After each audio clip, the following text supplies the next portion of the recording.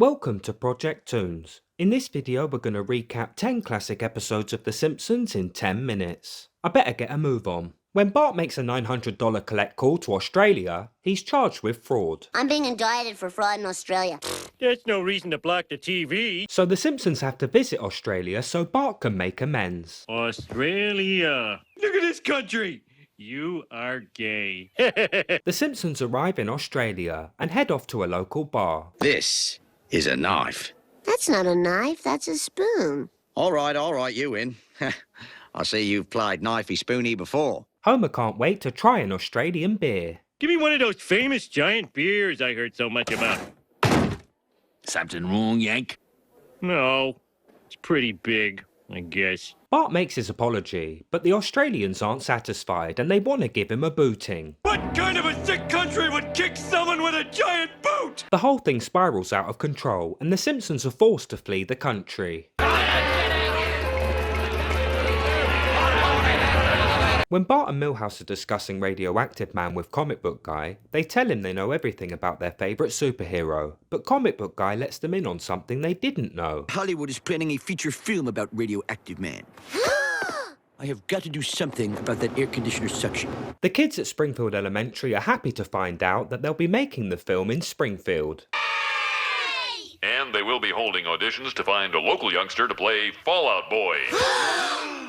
Oh, and the air conditioner will be fixed this afternoon. Every boy in Springfield is desperate to get the part of Fallout Boy, and Bart's audition is particularly good.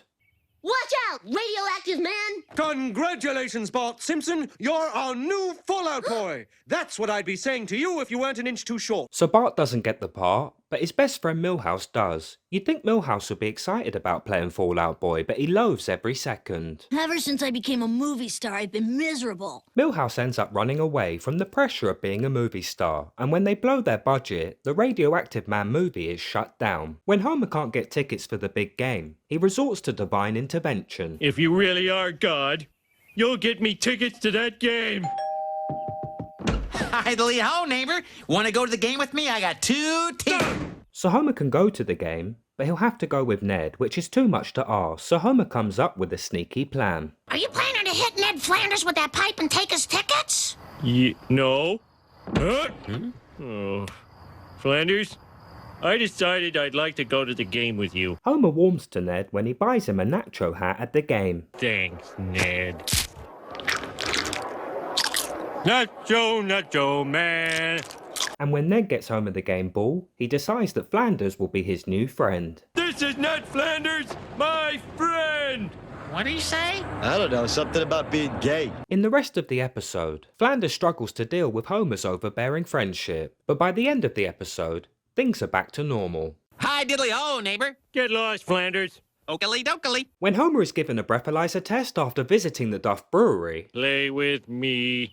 Flawless. We also would have accepted, tell me what you think of me. I guess you're free to... Give him the breathalyzer! Huh? You're under arrest. Homer's charged with drink driving, but Lionel Hutz tells him not to worry because he's got a foolproof plan to get Homer off. Surprise witnesses. Each more surprising than the last. I tell you, the judge won't know what hit him. Pipe down in there, Hutz. Homer's forced to attend Alcoholics Anonymous and his license is revoked. It doesn't get any better than this. Marge gets Homer to agree to go 30 days without alcohol. Homer, with our help, you'll never touch a beer again. Homer succeeds in going 30 days sober, and when he can finally drink again, Homer decides he'd rather spend time with his wife than drinking at Moe's. You'll be back. And so will you. And you.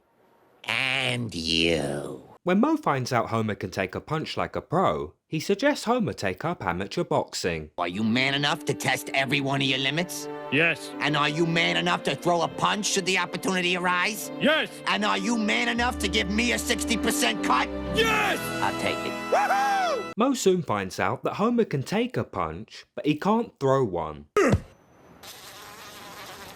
Okay. So the plan is for Homer to take punches until his opponent becomes so tired that Homer can just nudge them over. Who's gonna knock you down? No one. When are you gonna fight back? Never. What are you gonna do? nothing! That's my boy! This technique raises Homer and Moe far up the amateur ranks, and eventually Homer becomes known as the fighter who can't be knocked down. This reputation gets Homer a heavyweight title shot against Drederick Tatum, Springfield's answer to Mike Tyson. Homer goes on to lose the fight, but in my opinion just getting there is an impressive achievement.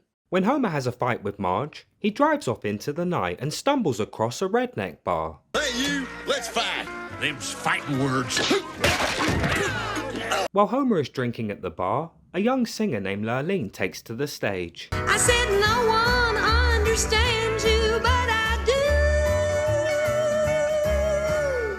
do. Homer is extremely moved by her song. I gotta say something to you. I'm listening. Your song touched me in a way I've never felt before. And which way did it can? For days, Homer can't get Lurleen's song out of his head, so he tracks her down. I can't get your song out of my mind. I haven't felt this way since Funky Town. Marge isn't happy that Homer is spending time with a young, attractive singer. I think I can come over. Let me ask my wife. It's a date. Despite Marge's concerns, Homer decides to become Lurleen's manager until she tries to kiss him and Homer realizes that Marge was right to be worried. Homer makes the right choice and obviously chooses Marge. I mean, he didn't really have a choice. It's Marge. When the Simpsons are spring cleaning, Bart wins a radio contest with a choice of prizes. You win your choice of $10,000, or what's our gag prize this week, Bill? A full-grown African elephant! As you might expect from a kid, Bart chooses the elephant. Well, all that money sounds mighty tempting, Marty, but I think I'm gonna have to go with the elephant. The radio station expected Bart to go for the money because they don't have an elephant. Kid, the elephant's a gag prize. Nobody takes the gag prize. You want the cash. I want the elephant. Homer can't believe that Bart isn't taking the money. Bart! With $10,000, we'd be millionaires! Bart sticks to his guns and eventually the radio station cave. Whoa! Bart calls his new elephant Stampy, but the Simpsons soon realise that they can't afford to feed him, although Homer tries his best. I think you're taking unfair advantage of my generous offer. The financial burden takes its toll, so the Simpsons are forced to send Stampy to an animal refuge. When Lisa accidentally adds electricity to her science fair project, something incredible happens. Tiny little people. My God, I've created life. The beings are advanced and they shrink Lisa down. It worked! The debigulator worked! They believe Lisa is God. And you speak English. We have listened to you speak since the dawn of time, O Creator, and we have learned to imitate you exactly. Even being God, Lisa wants to leave. All you have to do is unshrink me. Unshrink you?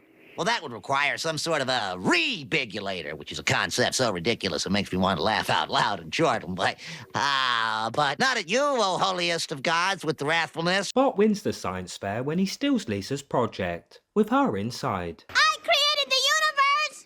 Give me the gift certificate! So Lisa ends up stuck in the tub. Shouldn't you people be groveling?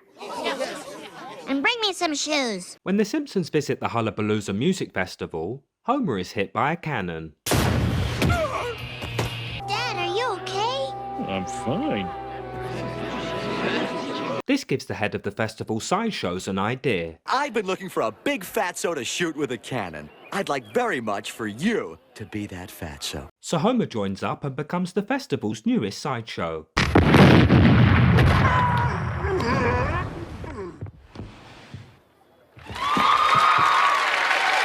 Homer gets to meet lots of famous people, like the Smashing Pumpkins, Peter Frampton, and Cypress Hill. Somebody ordered the London Symphony Orchestra, possibly while high.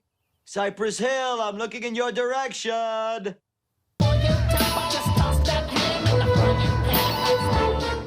this I like. Homer loves his new job, but when his doctor tells him if he takes one more cannonball to the gut he'll die, Homer has to choose between popularity and his life. He chooses the latter. When Homer is invited to a free weekend with a group called the Movementarians.